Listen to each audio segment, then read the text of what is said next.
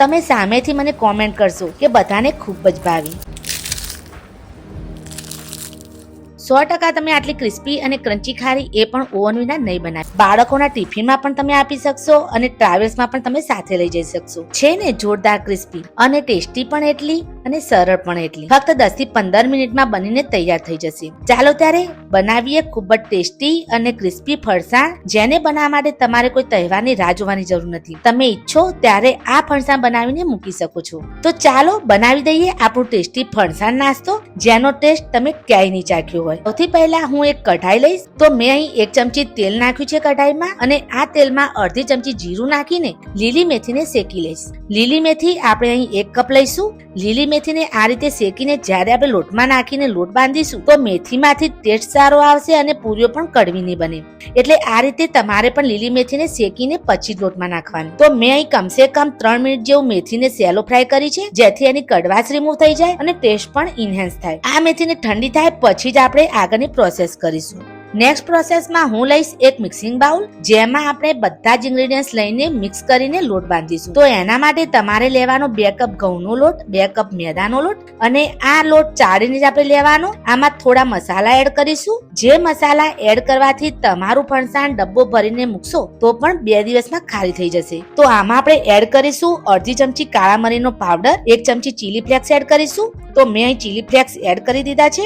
Next આપણે નાખીશું લીલી મેથી, જે આપણે તેલમાં સેલો ફ્રાય કરીને 3 મિનિટ માટે શેકી હતી. આ મેથીને પણ આ લોટમાં આપણે એડ કરીશું. સફેદ તલ નાખશું. સફેદ તલ મેં અહીં 2 ચમચી એડ કર્યા છે. એનાથી પૂરીઓમાં એક ખૂબ જ સરસ ટેસ્ટ એડ થતો હોય છે અને એક ક્રન્ચીનેસ પણ એડ થાય છે. 1 ચમચી જીરું પાવડર, ટેસ્ટ પ્રમાણે મીઠું અને અડધી ચમચી હળદર પાવડર નાખીને આપણે મિક્સ કરીશું. તો અહીં હું સારી રીતે આને મિક્સ કરી રહી છું. થોડું મિક્સ થઈ જાય એટલે આમાં 1 થી 2 ચમચી મોયણ માટે આપણે તેલ એડ કરીશું. એનાથી આપણી પૂરીઓ એકદમ ખસ્તા બનશે. અને થોડું પાણી એડ કરીને આપણે સરસ લોટ બાંધીશું. એકી સાથે બધું પાણી નાખીને લોટ નહીં બાંધવાનો. થોડું પાણી એડ કરીને લોટ બાંધશો તો લોટ ખૂબ જ સરસ બંધાશે. તમે જોઈ શકો છો કે અહીં આપણો લોટ બંધાઈને તૈયાર છે. લોટનો ડો મેં વધારે પડતો ઢીલો પણ નહીં અને વધારે પડતો કઠણ પણ નહીં એવો બાંધ્યો છે. એકદમ સોફ્ટ ડો તૈયાર છે. તમે જોઈ શકો છો. હું તમને બતાવી દઉં કે કેવો લોટ હોવો જોઈએ. બસ આટલો મીડિયમ ડો આપણો તૈયાર થવો જોઈએ. આ ડોને ઢાંકીને કમસે કમ 20 થી 30 મિનિટ માટે આપણે મૂકી દઈશું. એનાથી ડો ખૂબ જ સરસ થઈ જશે. આ ડો એકદમ સોફ્ટ થઈ જશે, જેનાથી પૂરીઓ એકદમ ટેસ્ટી, ક્રિસ્પી અને એકદમ ખસ્તા બનશે. આવી નાની નાની ટ્રીક સાથે જો તમે આ ફરસાણ બનાવશો તો મારી ગેરંટી છે કે તમે કિલો મેથીની પૂરીઓ બનાવશો તો પણ ઓછી પડશે. ચાલો ત્યારે આગળની પ્રોસેસ કરી દઈએ. તો આ ડોને રેસ્ટ આપે 20 થી 30 મિનિટ થઈ ગઈ છે. તો પૂરીઓ અહીં આપણે વણી લઈશું. પૂરીઓ પણ આપણે નોર્મલ વણી નાખીએ છીએ એ રીતે નહીં વણીએ. એમાં બહુ જ સારા પડ બને અને એ જ રીતે આપણે લુવા લઈને પૂરીઓ વણવાની છે. તો એના માટે પહેલા આપણે રોટલી વણવાની. એની પર આપણે સાટો લગાવી દઈશું. સાટો આપણે 2 ચમચી મેદો નાખો તો એમાં 2 ચમચી ઘી નાખીને મિક્સ કરી દેવાનો. એનાથી તમારો સાટો બનીને તૈયાર થઈ જશે. ખૂબ જ સરળ રીતે બની જશે સાટો.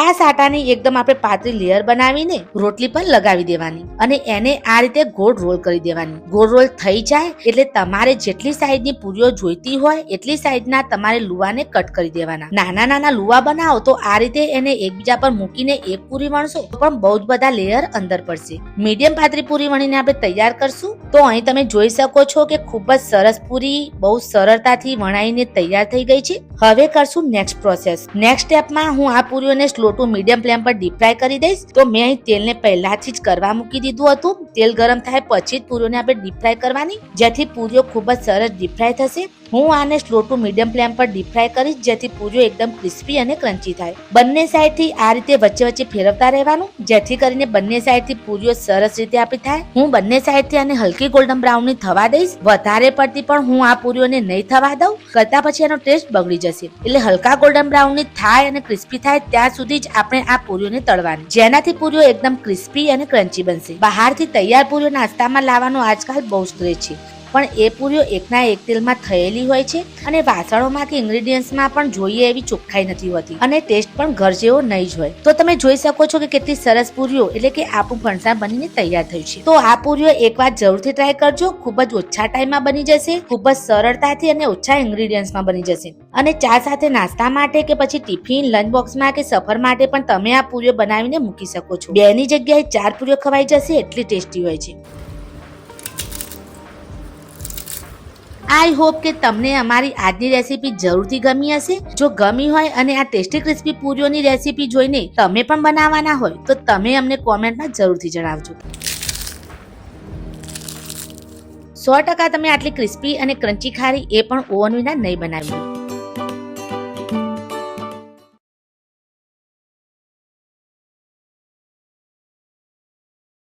આજે તમે બનાવશો ઓવન વિના બેકરી સ્ટાઇલ ખૂબ જ ક્રિસ્પી અને ક્રન્ચી ખારીની રેસીપી. ઘરે જ બહુ જ આસાનીથી અને બહુ જ બધા પડવાળી ખારી આજે તમે બનાવો. આમાં ટેસ્ટ પ્રમાણે આપણે મીઠું એડ કરીશું. તો અહીં હું મીઠું એડ કરી દઈશ. 1 ચમચી આખું જીરું એડ કરીશું. અહીં હું જીરું એડ કરીશ. આ જીરાને આપણે થોડો શેકીને નાખીશું તો પણ ખૂબ જ સરસ ટેસ્ટ ઇન્હેન્સ થશે. 1 ચમચી અજમો નાખીશું. અજમાથી પણ ખારીમાં ખૂબ જ સરસ ટેસ્ટ એડ થાય છે અને જ્યારે ખારી ખાઈએ ત્યારે અજમાનો ખૂબ જ સરસ ફ્લેવર આવતો હોય છે. એટલે હું અહીં અજમો એડ કરીશ. મોયણ માટે હું અહીં 2 થી 3 ચમચી જેટલું તેલ એડ કરીશ. તેલ એડ કરવાથી આપણી ખારી એકદમ ખસ્તા બનશે. લોટનો ડો પણ એકદમ સોફ્ટ મુલાયમ બંધાશે. એટલે લોટમાં આપણે તેલ 2 થી 3 ચમચી જેટલું જરૂરથી નાખવાનું. જીરું અને અજમો બંને તમે સાથે થોડું તવામાં શેકીને નાખશો તો પણ ખૂબ જ સરસ ટેસ્ટ ઇન્હેન્સ થશે. બસ હવે આને આપણે થોડું મિક્સ કરી દઈશું.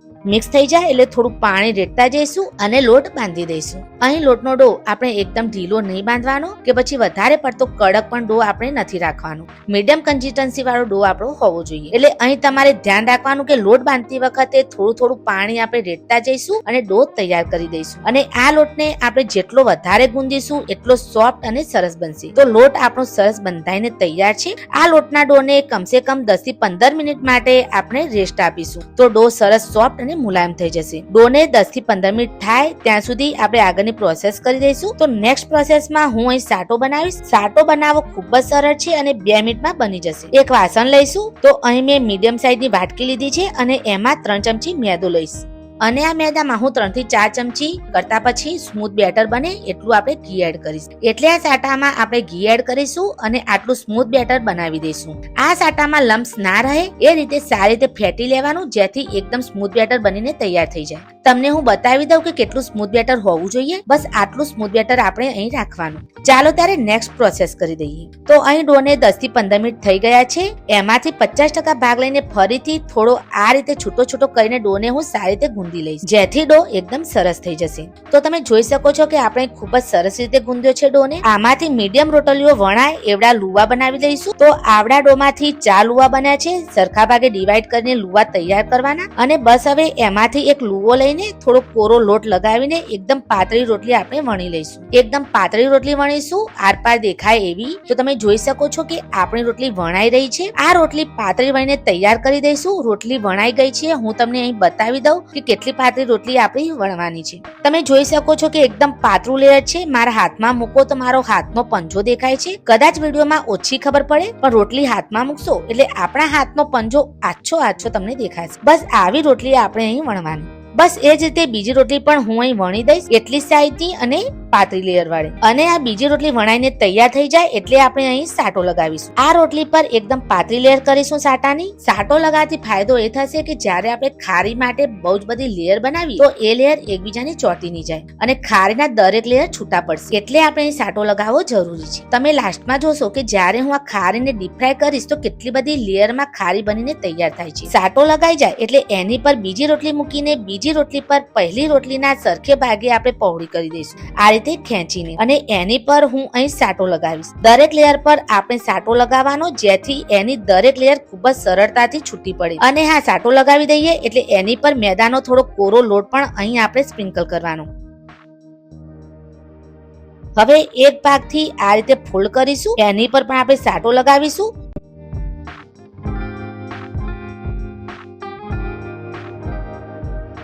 પછી બીજો ભાગ એની પર ફોલ્ડ કરીશું આ રીતથી. જેટલી વાર ફોલ્ડ કરીએ એ દરેક ભાગ પર હું સાટો લગાવીશ. અને હા, બહુ જ ભરીને સાટો લગાવવાની કોઈ જરૂર નથી. ફક્ત સાટાની પાતળી લેયર કરવાની છે તમારે. ત્રીજો ભાગ આ રીતે ફોલ્ડ કરીશું અને એની પર પણ આપણે સાટો લગાવીશું. અને છેલ્લો ભાગ પણ એની પર આ રીતે ફોલ્ડ કરી દઈશું. એટલે આ રીતે ચોરસમાં રોટલીનો ડો બનીને તૈયાર થઈ જશે. બસ આ જ પ્રોસેસથી આપણે રોટલીઓ પાતળી વણીને આ રીતે ફોલ્ડ કરશો એટલે આ રીતે ચોરસમાં 5 થી 6 જેટલા આવા ચોરસ રોલ બનીને તૈયાર થઈ જશે. અહીં મેં 4 તમને બતાવ્યા છે કેમ કે બીજા મારી મમ્મી તૈયાર કરી રહી છે. આને આપણે 15 થી 20 માટે ફ્રીઝરમાં મૂકવાનું અને 15 થી 20 મિનિટ થઈ જાય પછી જ આપણે આને કટ કરીને ડીપ ફ્રાય કરીશું. અહીં ફ્રીઝરમાં મૂકે 15 થી 20 મિનિટ થઈ ગયા છે તો એને આ રીતે હલકા હાથોથી વેલણની હેલ્પથી સહેજ આપણે વણી દઈશું. બંને સાઈડથી થોડું વણી દઈશું. તો અહીં બંને સાઈડથી તમે જોઈ શકો છો કે આપણે વણીને તૈયાર કરી નાખ્યું છે. હવે થોડા સરખા ભાગે ડિસ્ટન્સમાં આને ચપ્પાની હેલ્પથી આપણે કટ કરી દઈશું. આ રીતે 3 થી 4 લાંબા ભાગ પડે એને પણ આ રીતે વચ્ચેથી આપણે કટ લગાવી દઈશું. હું તમને બતાવી દઉં કે કેવડી સાઈઝ હોવી જોઈએ. મીડિયમ ખારી આપણે માર્કેટમાંથી લાવીએ છીએ, બસ એવડી સાઈઝ આપણે રાખવાની. આને ડીપ ફ્રાય કરીશું એટલે મોટી થશે અને ફૂલશે. તમે જોઈ શકો છો કે નાના કેટલા બધા પડ અંદર દેખાઈ રહ્યા છે. આ બધા જ પડ એકબીજાથી છૂટા પડીને માર્કેટ જેવી ખારી ઘરે બનશે. અહીં મેં તેલ પહેલાથી ગરમ કરવા મૂકી દીધું હતું. તેલ ગરમ થાય પછી જ હું આને ડીપ ફ્રાય કરવા નાખીશ. ખારીને ડીપ ફ્રાય કરવા નાખીએ પછી ગેસની ફ્લેમ તમારે અહીં સ્લો રાખવાની, કેમ કે સ્લો ફ્લેમ પર ખારીનો ધીરે એક પડ છૂટો પડશે અને અંદર સુધી કાચો નહીં રહે. હાઈ ફ્લેમ પર અહીં આપણી ખારી ઉપરથી તો થઈ જશે પણ અંદરથી કાચી રહી જશે. એટલે એકદમ સ્લો ફ્લેમ પર પેશન્સ રાખીને જ આપણે આ ખારીને કરીશું. તમે જોઈ શકો છો ફ્રેન્ડ્સ કે ધીરે કેટલી સરસ રીતે ખારીનો એક પડ ખુલવા લાગ્યો છે. પડ ખુલી ના જાય ત્યાં સુધી જારો તમારે નથી મારવાનો અને આ પડ ખુલી જાય પછી પણ હલકા હાથોથી આ બધી ખારીને આગી પાછી કરવાની જેથી તૂટી ના જાય. અહીં સ્લો ફ્લેમ પર આ ખારીને રાખે મારે કમસે કમ 7 થી 8 મિનિટ જેવું થઈ ગયું છે. ખૂબ જ સરસ રીતે ખારીના પડ ખુલ્યા છે. આને આપણે ગોલ્ડન બ્રાઉન ની થવા દઈશું. તો અહીં આપણી ખારી ગોલ્ડન બ્રાઉન ની થઈ ગઈ છે, તમે જોઈ શકો છો. આને હું નીકાળી દઈશ. આ ખારી બનાવ્યા પછી તમે માર્કેટની ખારી ભૂલી જશો, એટલી સરસ બનતી હોય છે. હવે તહેવારોમાં કે પછી મહેમાનો માટે કઈ ચા સાથે ફરસાણ બનાવવાની ઈચ્છા થાય કે પછી સફર માટે કે નોર્મલ દિવસોમાં પણ ચા સાથે કઈક ટેસ્ટી ફરસાણ બનાવવાની ઈચ્છા થાય તો એકવાર આ ખારીની રેસીપી જરૂરથી ટ્રાય કરવા જેવી છે. ડબ્બો ભરીને મૂકશો તો પણ ખારી થઈ જશે, એટલી ટેસ્ટી અને ક્રન્ચી બનતી હોય છે. અને મેં તમને તોડીને પણ બતાવી, એની પરથી તમને આઈડિયા આવી ગયો હશે. અને હા, આનો એક પડ જોઈને તમને આઈડિયા પણ આવી જ ગયો હશે કે માર્કેટ કરતા પણ ખૂબ જ સરસ બની છે, એ પણ ઓવન વિના. આઈ હોપ કે તમને અમારી આ ફરસાણની રેસીપી જરૂરથી પસંદ આવી હશે. પસંદ આવી હોય તો લાઈક, શેર અને સબસ્ક્રાઇબ જરૂરથી કરી દેજો અમારી ચેનલને. હું તમને મળીશ આવી સરસ અને સરળ ટેસ્ટી રેસીપી સાથે. ત્યાં સુધી બાય બાય, ટેક કેર, ધન્યવાદ એન્ડ જય Ambe. Thank you so much for watching.